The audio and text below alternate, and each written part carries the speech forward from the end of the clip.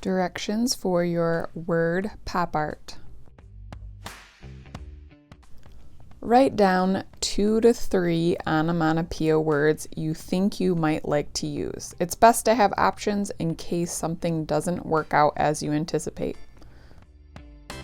To create bubble letters for this project, you write out the word in regular capital letters, draw very, very lightly as you will erase these later. Then you create a bubble that goes around the letters, and you want the letters to touch lines as you create the bubble that goes around the original letters that you wrote. Then, once you have those bubbled, you erase the original line. So this is where it's very, very important to draw extremely light. Be sure to practice and master the word of your choice before you begin. On your official project, write your name and teacher code, and then you're going to use the same process that you practice.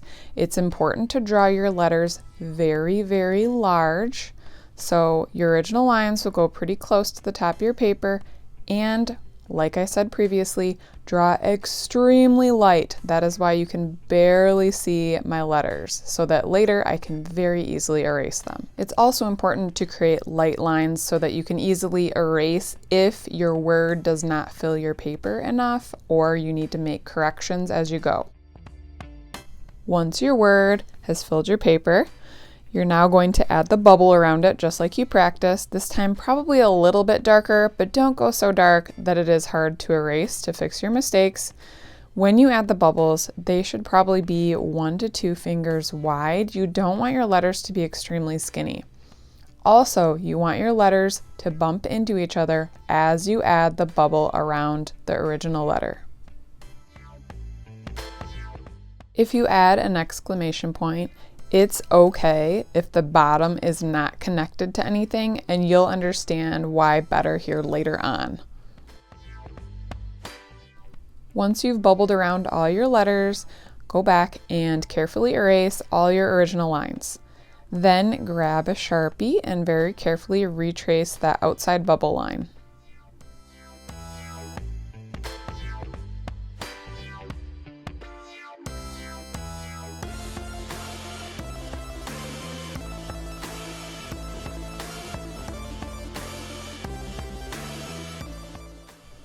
Then you'll add colors to your letters with whatever coloring materials you would like and whatever colors you would like. I would suggest picking a color for your letters that is contrasting to your background or not matching. So if you did pink letters, probably don't choose pink paper for your background. Remember, if you're using markers, it's best to use the side of the chisel tip to get the most neat coloring. If you're using an alternative material, that's okay. Take your time and do a quality job. Once the coloring of your letters is complete, you're going to add dashed lines in the spaces between letters or parts of letters. This will create a guide for cutting out your letter, so you're kind of creating a bubble in some of the areas. This makes it easier for cutting around and not having to go in between the letters. Also, it's another area that you can add some unique designs and coloring to your project. This is an up close of where I have cut on the dotted line. And now I'm left with the white space that I can add either the Ben-Day dot style or the kind of motion type stripes that we saw in the pop art examples. If you choose to do the dot style, please color in small circles.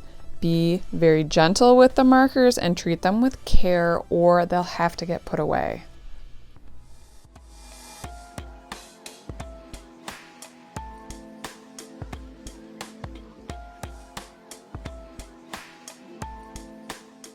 If you decide to do the stripes or the lines, think of them as lines that create the idea of motion. And you don't have to do both styles. I just demonstrated both. You could choose to do only dots or only motion stripes.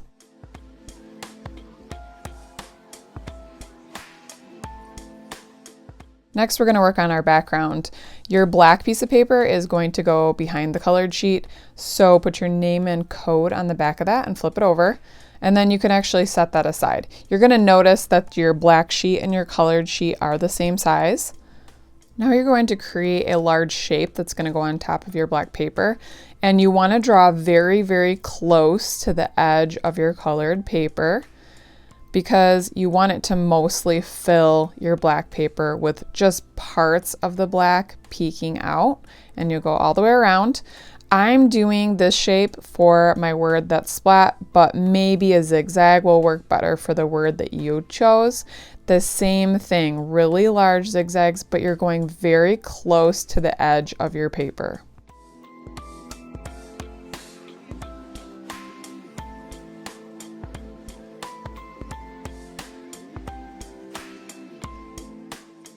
Your shape should be large enough that you're really only just trimming off around the edges of your colored piece of paper.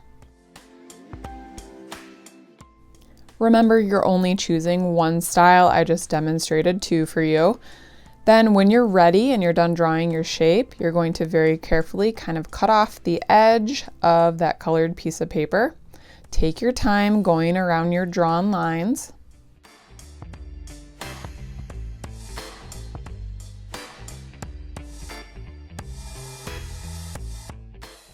When you get ready to do your gluing, make sure your name is on the back of the black paper and you add your glue, focusing on the edge of the colored piece of paper. You could use whatever glue you have handy. And if you're using a glue stick, you do have to move kind of quick.